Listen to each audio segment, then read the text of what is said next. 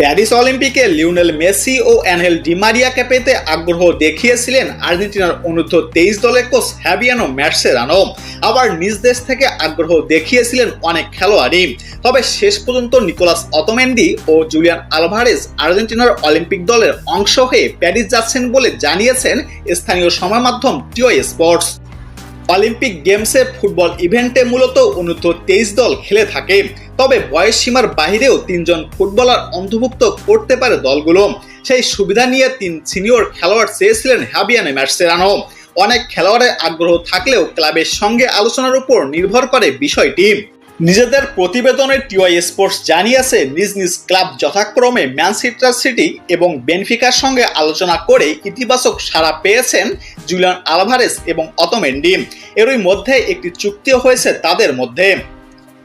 সংবাদ সম্মেলনে তারা আরও জানিয়েছে, অতমেন্ডির অলিম্পিক নিশ্চিত হওয়ায় কপাল পুড়েছে ক্রিস্টিয়ান কুতি রোমেরোর, নিকোলাস তাগাফিগো এবং নুয়ালেন মলিনার।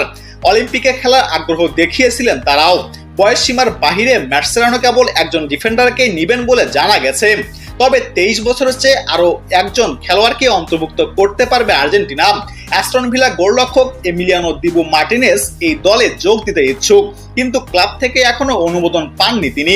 এই আসরের আগে কোপা আমেরিকায় অংশ নিতে হবে তাকে। এছাড়াও Chelsea midfielder Enzo Fernandez Olympic ইভেন্টে থাকার ইচ্ছের কথা জানিয়েছিলেন, তবে তার বয়স 23 এর কম হওয়ায় এমনিতেই জায়গা পেতে পারেন স্কোয়াডে। চোটের কারণে বর্তমানে মাঠের বাইরে আছেন তিনি। কোপা আমেরিকার দলে থাকা নিয়েও রয়েছে অনিশ্চয়তা, তবে চেলসি থেকে অনুমোদন পেলে তাকে স্কোয়াডে রাখবেন ফ্যাবিয়ানো ম্যাসচেরানো। এদিকে 4টি রিজার্ভ সহ 18 জনের চূড়ান্ত তালিকা আগামী 1 জুলাইয়ের মধ্যে দিতে হবে ম্যাসচেরানোকে। তবে চলবে কোপা আমেরিকার আসর। 21 জুন থেকে আসরটি শুরু হবে, চলবে 15 জুলাই পর্যন্ত। অন্যদিকে 26 জুলাই থেকে 11 আগস্ট পর্যন্ত চলবে অলিম্পিকের ফুটবল ইভেন্ট। বি গ্রুপে আর্জেন্টিনার সঙ্গে রয়েছে মরক্কো, ইরান এবং ইউক্রেন।